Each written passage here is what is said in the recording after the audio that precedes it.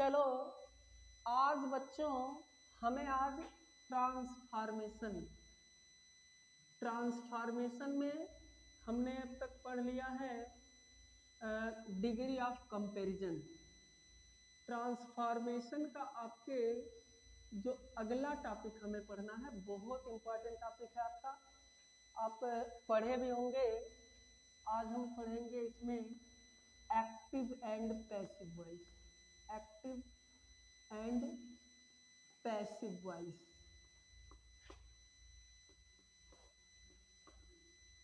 और आज हम एक्टिव और पैसिव में पढ़ेंगे क्या, अपने असर्टिव सेंटेंस की, जो असर्टिव सेंटेंस के इसके रूल हैं और इसके क्वेश्चन जो है। असर्टिव सेंटेंस से रिलेटेड आपके एक्टिव और पैसिव के जो रूल हैं और जो क्वेश्चन है उनको हम समझने की कोशिश करेंगे। देखना इसमें जब हम एक्टिव पैसिव की बात करते हैं तो इसको पढ़ने के लिए पहले कुछ हमें सामान्य नियमों का ध्यान रखना पड़ता है। कुछ इसके सामान्य नियम, वो सामान्य नियम कौन है पहले उनको हम समझ लेते हैं। ध्यान रखना बेटा, सबसे पहली बात इसमें याद रखना है कि हमेशा हमेशा इसमें क्या करना है, सब्जेक्ट को ऑब्जेक्ट बनाना है, ऑब्जेक्ट तथा ऑब्जेक्ट को सब्जेक्ट बनाना है, ऑब्जेक्ट को सब्जेक्ट। हमेशा क्या करना है, सब्जेक्ट को ऑब्जेक्ट की जगह पर लिख देना है और ऑब्जेक्ट को लिख देना है सब्जेक्ट के स्थान पर। दूसरा काम क्या करना है, दूसरा काम करना है ऑब्जेक्ट से पहले बाई का प्रयोग करना है, बाई का प्रयोग। अच्छा, हम केवल बाई इसलिए बता रहे हैं यहाँ पर क्योंकि असर्टिव सेंटेंस में अभी हमने केवल उन प्रश्नों को शामिल किया हुआ है जिनमें बाई का यूज होता है। जिनमें अदर चीजों का यूज होता है उसको हम स्पेशल रूल के अंतर्गत पढ़ लेंगे। जो बाई के स्थान पर कहीं इन का यूज होगा, कहीं विद का यूज होता है, कहीं एट का यूज होता है, उनको हम पढ़ लेंगे आगे जब हम स्पेशल रूल पढ़ेंगे। अभी हमें सीखना है असर्टिव सेंटेंस। और तीसरा नियम, तीसरा सामान्य सा नियम क्या है, इसमें हमेशा क्या करना है, हमेशा वर्ब की थर्ड फॉर्म, वर्ब की थर्ड फॉर्म का यूज करना है। अच्छा, यहां समझिएगा भैया, इसमें पैसिव जो होता है, पैसिव केवल 8 टेंस का पैसिव बनता है, ये भी जान लीजिएगा। हाँ, पैसिव जो है, पैसिव केवल 8 टेंस का, 8 टेंस का। किस 8 टेंस का, किनका किनका नहीं बनता है, यहां जान लीजिएगा। सभी परफेक्ट कॉन्टिन्यूअस, परफेक्ट कॉन्टिन्यूअस, सभी परफेक्ट कॉन्टिन्यूअस से हमारा मतलब ये है कि चाहे वो प्रेजेंट परफेक्ट कॉन्टिन्यूअस हो जिसकी helping verb has been, have been होती है, चाहे पास्ट परफेक्ट कॉन्टिन्यूअस हो जिसकी हेल्पिंग वर्ब हैड बीन होती है, चाहे फ्यूचर परफेक्ट कॉन्टिन्यूअस हो जिसकी helping verb shall have been, will have been होती है, चाहे वो हो। और इसके साथ ही साथ फ्यूचर कॉन्टिन्यूअस, फ्यूचर कॉन्टिन्यूअस, इसका पैसिव नहीं बनता, इतने का पैसिव नहीं बनता है। अच्छा, जिसका बनता है उसमें हम मान लो अगर देखें तो यहाँ हम कुछ का यहाँ लिख लेते हैं, कुछ का आगे लिख लेंगे। किनका बनता है क्या देखते हैं, मान लीजिए हमने कह दिया बनता जिनका है, यहाँ पे प्रेजेंट इंडेफिनिट, प्रेजेंट इंडेफिनिट का बनेगा, प्रेजेंट इंडेफिनिट का। दूसरा आपका बनता है पास्ट इंडेफिनिट का, पास्ट इंडेफिनिट का बनेगा। और तीसरा बनता है आपका फ्यूचर इंडेफिनिट का,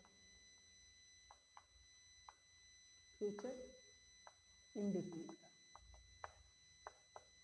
अच्छा, जिनका बनता है कैसे बनता है, क्या करना है, आप ध्यान देना बेटा। आपको याद रखना है कि क्या पहचान इनकी है। यहाँ पे प्रेजेंट इंडेफिनिट टेंस अगर आएगा, अगर प्रेजेंट इंडेफिनिट के एक्टिव में, अगर एक्टिव में आपका मेन वर्ब में यस या ईएस दिख जाए, या डू या डज दिख जाए, डू या डज दिख जाए, हाँ, मेन वर्ब में यस या ईएस दिख जाए या डू या डज दिख जाए, तब आपको पता चल जाएगा कि ये कौन सा टेंस है, प्रेजेंट इंडेफिनिट टेंस है। तो जब इसका पैसिव बनाएंगे तो केवल ध्यान रखना है कि हेल्पिंग वर्ब में कैसे चेंज करेंगे। हेल्पिंग वर्ब क्या लगाएंगे, is am are, is am are का यूज करेंगे।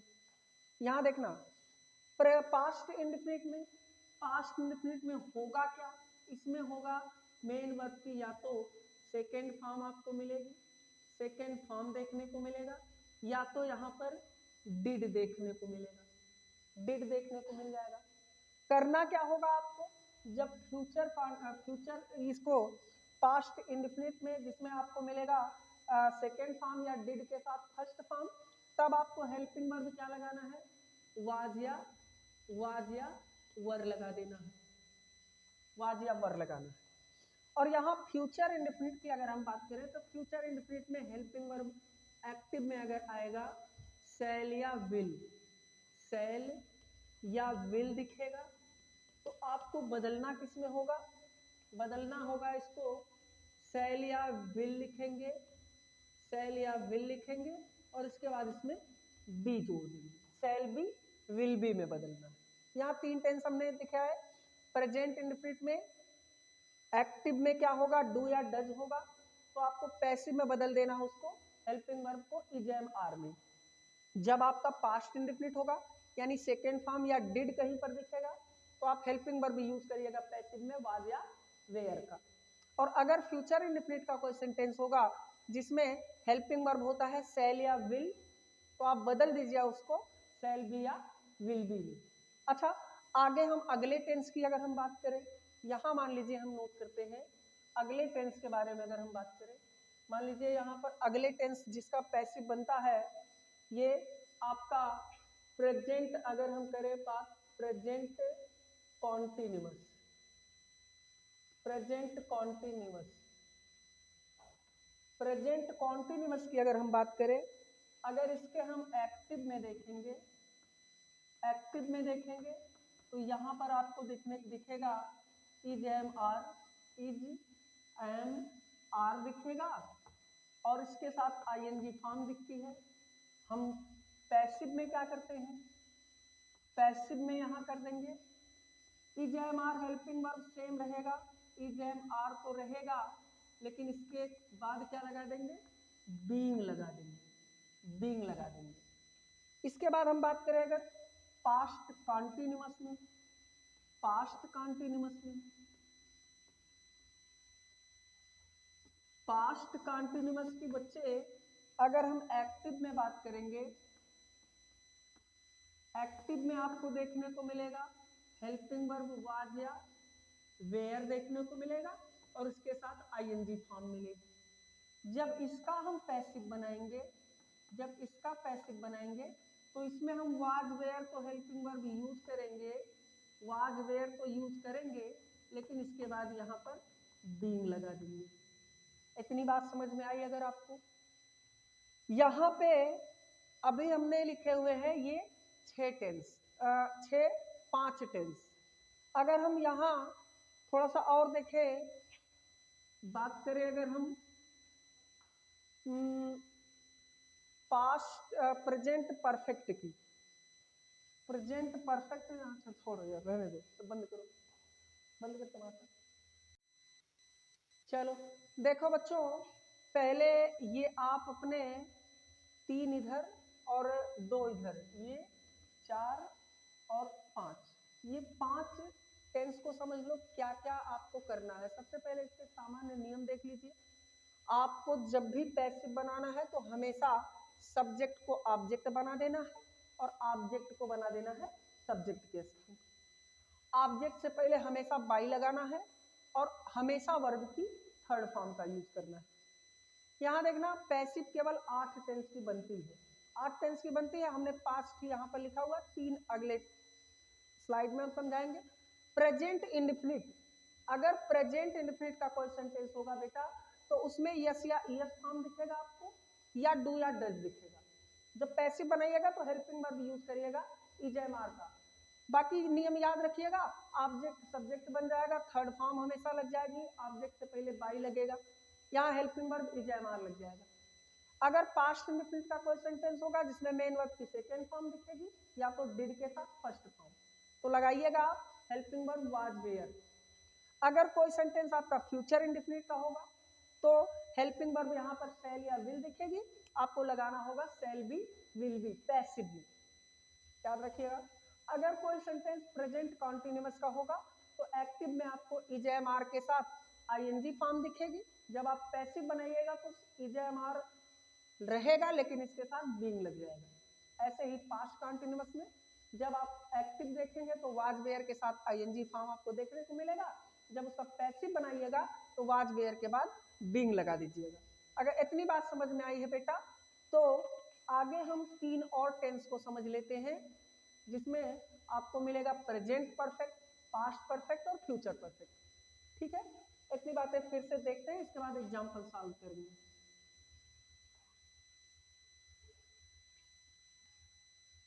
देखो बेटा, अगला टेंस आपका क्या है, टेंस नंबर 5 आपका है प्रेजेंट, ये 6 नंबर है प्रेजेंट परफेक्ट। अच्छा, प्रेजेंट परफेक्ट में आप देखते होंगे तो एक्टिव में आपको क्या दिखता है, यहाँ पर आपको एक्टिव में देखने को मिलेगा हैज या हैव, हैज या हैव के साथ यहाँ पर आपको थर्ड फॉर्म देखने को मिलती है। जब आप पैसिव बनाइएगा, पैसिव में क्या करिएगा भैया, पैसिव में केवल हैज हैव तो रहेगा लेकिन इसके साथ लगा दीजिएगा बीन, हैज हैव के बाद बीन लग जाएगा। ऐसे आपको अगर हम पास्ट परफेक्ट की बात करें, यहाँ अगर हम बात करें पास्ट परफेक्ट की, तो पास्ट परफेक्ट में अगर आप देखेंगे पास्ट परफेक्ट के एक्टिव में, तो एक्टिव में पास्ट परफेक्ट में हेल्पिंग वर्ब हैड मिलता है, हैड के साथ आपको थर्ड फॉर्म मिलेगा।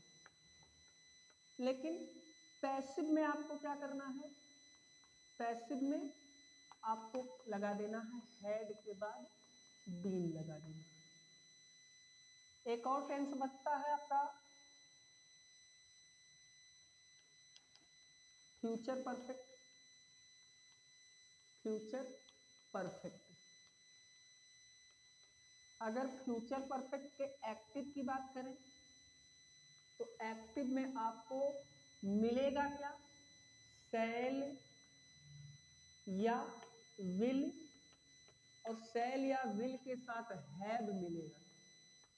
जब पैसिव बनाइएगा इसमें तो पैसिव में बच्चे यहां कर देंगे हम शैल या विल, शैल या विल, हैव तो रहेगा लेकिन इसके साथ बीन जुड़ जाएगा।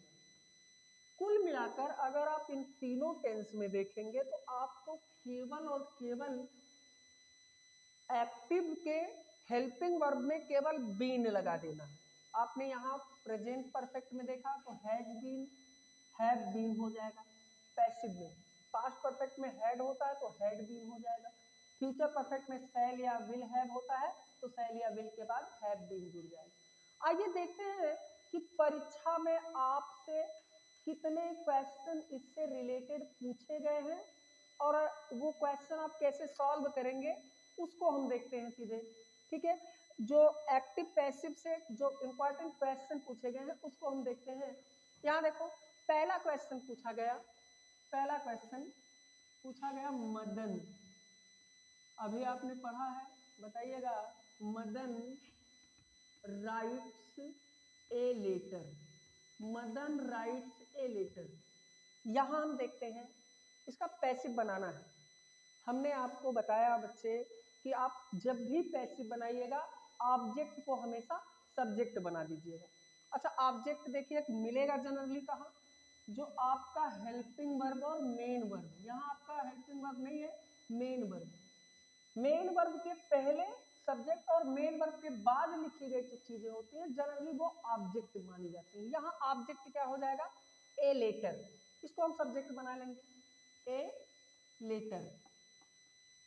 इसके बाद हम देखेंगे राइट्स, मेन वर्ब में यस या ईएस लगा हुआ है, और अभी हमने पढ़ा है कि मेन वर्ब में यस या ईएस प्रेजेंट इंडेफिनिट टेंस में लगता है, और प्रेजेंट इंडेफिनिट टेंस की जब पैसिव बनती है तो हेल्पिंग वर्ब उसमें इज एम आर का यूज होता है।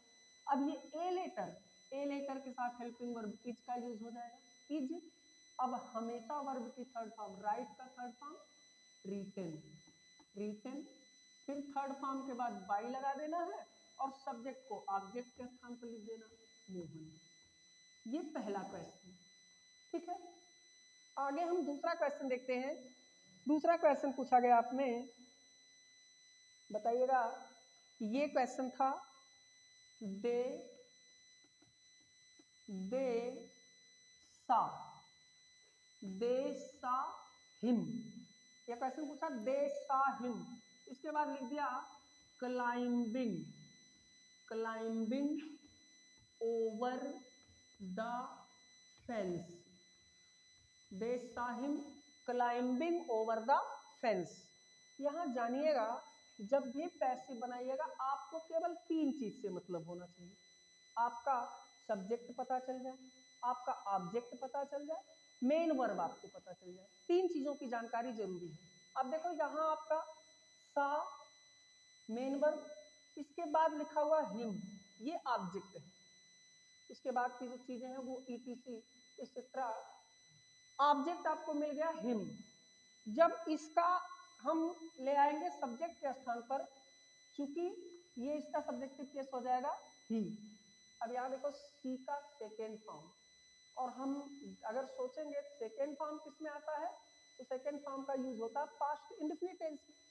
पास्ट इंडेफिनिट टेंस के अगर हम पैसिव की बात करेंगे तो पास्ट इंडेफिनिट के पैसिव में हेल्पिंग वर्ब यूज होता है वाज या वेयर का।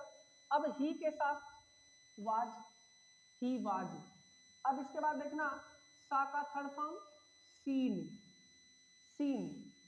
देखना चाहे ऑब्जेक्ट को बाई प्लस ऑब्जेक्ट यहाँ लिख के तब लिख दे, नहीं तो पूरा सेंटेंस हम जो बचा हुआ है कोशिश ये करेंगे बाई प्लस ऑब्जेक्ट का यूज लास्ट में करेंगे।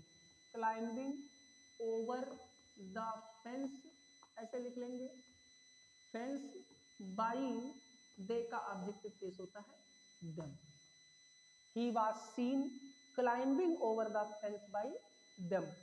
अच्छा, नेक्स्ट क्वेश्चन अगर हम देखें, देखो अगला क्वेश्चन आपका पूछा गया है, ये देखना दिया था दे क्लोज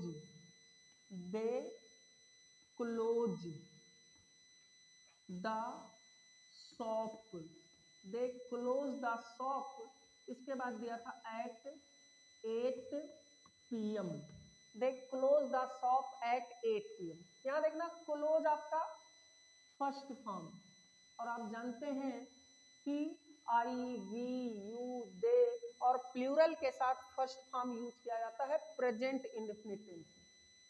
और प्रेजेंट इंडेफिनिट टेंस में आप जानते हैं सबसे पहले ऑब्जेक्ट देखना शॉप, द शॉप पहले ले आएंगे, द शॉप। अब देखना द शॉप, अब देखो दे यहाँ द शॉप क्या है, प्लूरल है, क्योंकि दे क्लोज द शॉप, वे दुकान बंद करते हैं तो दे प्लूरल है, तो वो अपनी अपनी दुकान बंद करते हैं, यहाँ प्लूरल है तो द शॉप नहीं, यहाँ शॉप्स रहा होगा, शॉप्स, तो यहाँ हो जाएगा द शॉप्स। अब यहाँ जब ये प्लूरल है तो हेल्पिंग वर्ब लग जाएगा आर, द शॉप्स आर। अब क्लोज का third form closed, the shops are closed. जो बचा हुआ है एट 8 PM बाई दे का ऑब्जेक्टिव से them, they close the shop at 8 PM, passive हो जाएगा the shop are closed at 8 PM by them. अच्छा, अगला क्वेश्चन देखोगे, यहाँ देखो क्वेश्चन पूछा गया है द चिल्ड्रेन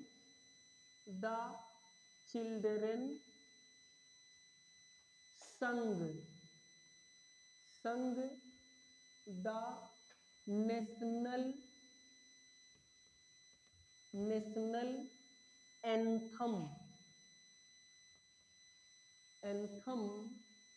वेरी चीयरफुल्ली। यहाँ देखो सिंग का सेकेंड फॉर्म लिखा हुआ संग, सिंग का सेकेंड फॉर्म संग माने गाना। अब देखो यहाँ ये आपका मेन वर्ब के बाद क्या गाया, नेशनल एंथम, राष्ट्रीय गीत। हाँ, ऑब्जेक्ट को ले आओ पहले सब्जेक्ट के स्थान पर, तो हो जाएगा द नेशनल एंथम। अब नेशनल एंथम राष्ट्रीय गीत एक वचन। अब चूंकि यहाँ सिंग का सेकेंड फॉर्म है, और सेकेंड फॉर्म का मतलब पास्ट इंडेफिनिट टेंस, और पास्ट इंडेफिनिट में हेल्पिंग वर्ब, चूंकि एक वचन है नेशनल एंथम, इसके साथ helping verb was, the national anthem was.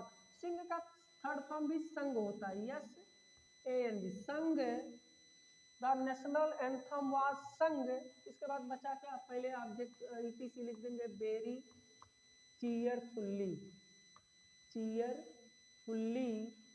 उसके बाद बचा बाई द चिल्ड्रेन। इस तरह से 4 ये क्वेश्चन आपके अगर समझ में आए होंगे। देखना आपको, अगर यहाँ ध्यान से देखेंगे तो ये पहला क्वेश्चन और तीसरा क्वेश्चन, यहाँ ये दोनों क्वेश्चन मिल जाएंगे आपको प्रेजेंट इंडेफिनिट टेंस के, और ये दोनों क्वेश्चन आपके मिलेंगे पास्ट इंडेफिनिट टेंस के। ध्यान में क्या रखना है आपको कि पहले ऑब्जेक्ट का पता लगा लेना है, सब्जेक्ट का पता लगा लेना। सब्जेक्ट और ऑब्जेक्ट का पता होने के बाद आपको वर्ब की थर्ड फॉर्म की जानकारी होनी चाहिए। आप ऑब्जेक्ट को सब्जेक्ट बनाएंगे, सब्जेक्ट को ऑब्जेक्ट बनाएंगे, बाई का यूज करेंगे ऑब्जेक्ट से पहले, और वर्ब की हमेशा थर्ड फॉर्म का यूज करेंगे। ये 4 क्वेश्चन ये हो गए, बाकी 2-4 और क्वेश्चन इंपॉर्टेंट होंगे, आगे हम देख लेंगे। इतना समझ लीजिए एक बार। देखो बेटा 4 क्वेश्चन आपने समझा हुआ था। अगला क्वेश्चन देखना क्या पूछा है, आपने पूछा गया they will close all the shops, they will close all the shops, वे सारी दुकानें बंद कर देंगे। अब देखना यहाँ पर आप, ये आपका मेन वर्ब, और मेन वर्ब के बाद लिखा होती है ऑब्जेक्ट। ऑब्जेक्ट को उठा लोगे सब्जेक्ट के स्थान पर, हो जाएगा all the shops, all the shops. अब देखो सेल या विल के साथ अगर फर्स्ट फॉर्म हो तो टेंस होता है फ्यूचर इंडेफिनिट, और फ्यूचर इंडेफिनिट का जब पैसिव बनाते हैं बच्चे, तो फ्यूचर इंडेफिनिट के पैसिव में सेल या विल के बाद बी लगा देते हैं। शॉप्स के साथ विल लगता है, और इसके बाद लग जाएगा बी। वर्ब की थर्ड फॉर्म, क्लोज का थर्ड फॉर्म क्लोज्ड। अब इसके बाद देखना बाई लगा दिया, बाई और दे का ऑब्जेक्टिव केस हो जाएगा देम।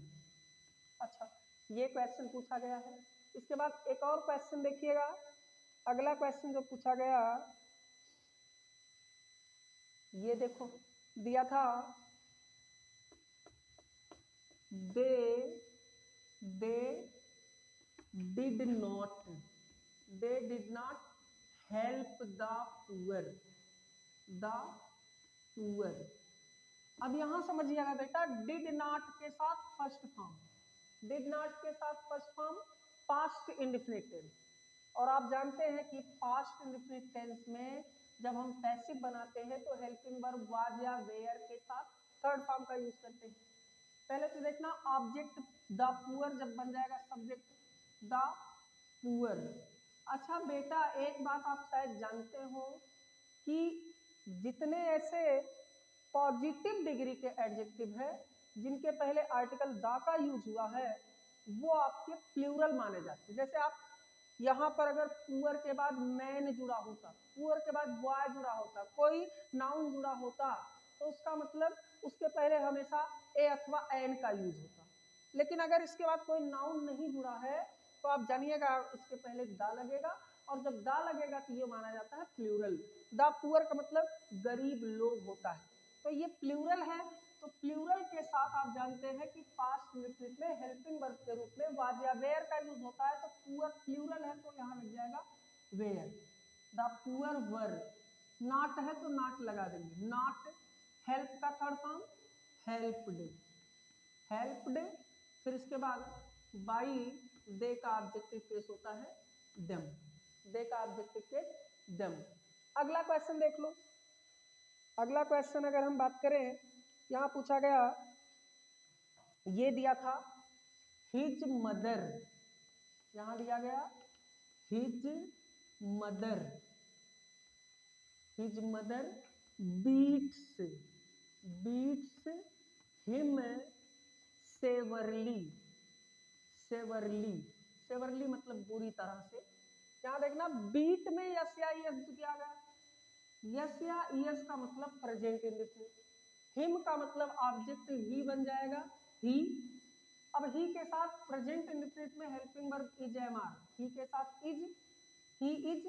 बीट का third form beaten, beaten. Etc को लिख लो सेवरली, सेवरली बाई ऑब्जेक्ट उतार लो हिज मदर, हिज मदर। एक और क्वेश्चन आपको जो परीक्षा में पूछा गया, शायद पिछली साल ही पूछा गया था, यहाँ पर पूछा गया, दिया गया था the principal, principal appointed, the principal appointed him. इसके बाद दिया था एज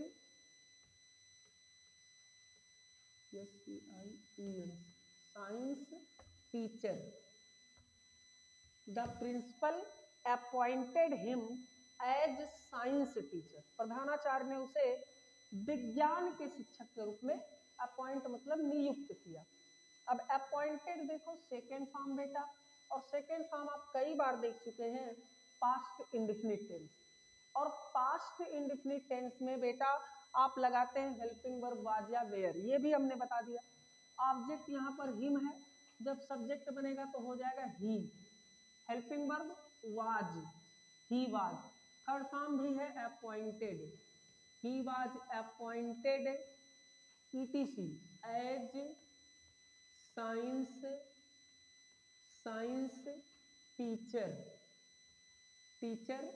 फिर लिख देंगे by the principal, by the principal.